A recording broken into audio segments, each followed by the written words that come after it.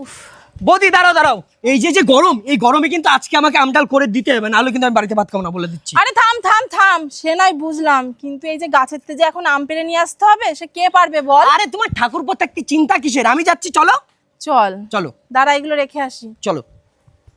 বৌদি দেখো আমাদের আম গাছে কত আম হয়েছে, বড় আরে বড়। হ্যাঁ, ওই দিকটা দিয়ে পারলে মনে হয় আরো বেশি ভালো হবে তো নাকি? চলো পেরে নিয়ে আসি।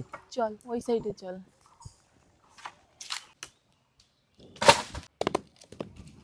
যাক, ভালোই হলো আজকে বাড়িতে টক ডাল রান্না হচ্ছে, বাড়ির সবাই একটু পেট ভরে ভাত খেতে পারবে না। আর আমিও ভাবিছি যে এই গরমে একটা তরকারি রান্না করে ছেড়ে দেবো, কারণ আমারও এই গরমে রান্না একদমই করতে ভালোই লাগতেছিল না। তো যাই হোক, একটা তরকারিতে তো হতো না, এদিকে ভালো করেছে ঠাকুরপো আজকে আমার টক ডাল রান্না করতে কইছে। তো এদিকে আমি আর ঠাকুরপো আমগুলো তো পাড়িয়ে নিয়ে আসলাম, বাড়ি এসে ভালো করে ধুয়ে এখন এই যে কড়াই বসাই দিলাম, কড়াই বসাই দিয়ে তাতে জল দিয়ে জালটা ধরাই দিলাম। আর এই যে মুসুরির ডাল, এই মুসুরির ডাল এখন ভালো করে ধুতে হবে। তো মুসুরির ডালটা আমি ভালো করে ধুয়ে নিলাম, তারপরে ধুয়ে নেওয়ার পর আর কি এই যে গরম জলের মধ্যে, উষ্ণ গরম জলের মধ্যে ডালটা দিয়ে দিলাম। ডালটা দিয়ে তারপরে আমি এখন আমগুলো ছুলে নেবো, আমগুলো ভালো করে কেটে নেব। তো এদিকে দেখো একটা আম 4 ফাল করেছি, আবার বেশি পাতলা করি নেই, কেন ওই টক ডালের মধ্যে বেশি গলে গেলে বেশি রকম টক লাগবে না, তখন খাতে একটু অন্যরকম লাগবে না, হালকা টক ঠিক আছে। আর আমাদের এই গাছের আম যে এত বড় বড় হয়, দেখো আঠিগুলো সবে এখনো নরম, এখনো অনেক বড় হবে। আর মানে পাকলি যে কি মিষ্টি, আর কাঁচা থাকতে ভীষণ টক।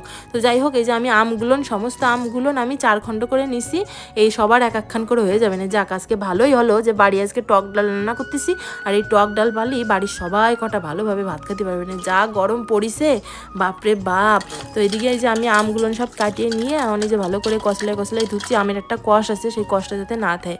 তারপরে এই যে দেখো ফোড়নের জন্য গুছাই রাখছি শুকনো লঙ্কা, কি বলে কালো সর্ষে, তারপরে হচ্ছে তেজপাতা।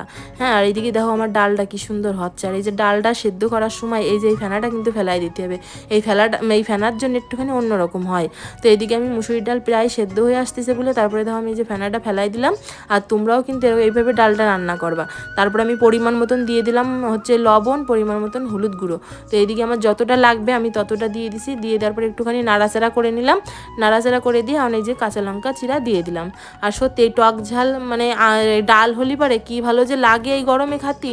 তো এইদিকে দেখো আমি ফোড়নের জন্যই নামাই নিলাম, ঠিক আছে। তো এই যে কি বলতো, মানে আমার ঠাকুরপো বায়না করছে, না দিলে সত্যি ভাত খাবে না রে।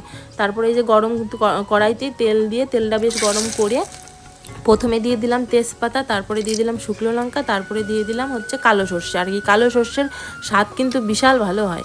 সেদিকে আমি পরিমাণ মতন কালো সর্ষে দিয়ে তারপরে যে একটুখানি নাড়াচাড়া দিয়ে তারপরে আমি দিয়ে দেবো আমগুলো। অনেকেই আছে ডালের আগেই আমটা দিয়ে দেয়, মানে এই যে ফোড়ন দেওয়ার আগেই আমটা দিয়ে দেবে, সেই আম দেবে, তারপর লাস্টে এমনভাবে গলে যায় ও একদমই খাওয়া যায় না।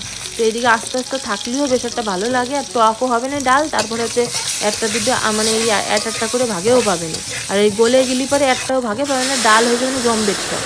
তারপরে যে আমি ভালো করে ফোড়নটা দিয়ে দিলাম, আমটা হালকা করে ভাজিয়ে নিলাম লবণ হলুদ দিয়ে, ভাজিটা যে নেওয়ার পরে যখন দেখলাম প্রায় আমার সোমবারা কমপ্লিট, তারপরে আমি ঢেলে দিলাম ডালটা, ঠিক আছে। তারপরে যে ডাল দিয়ে একটুখানি নাড়াচাড়া করে দেখলাম, একটুখানি জাল দিছি, বেশ ভালো করে টকবক করে জাল দিছি। যখন দেখলাম আমার জাল হয়েও গেছে, ডালটাও টানিয়ে উঠছে, তখন আমি ডালটা নামাই দিলাম।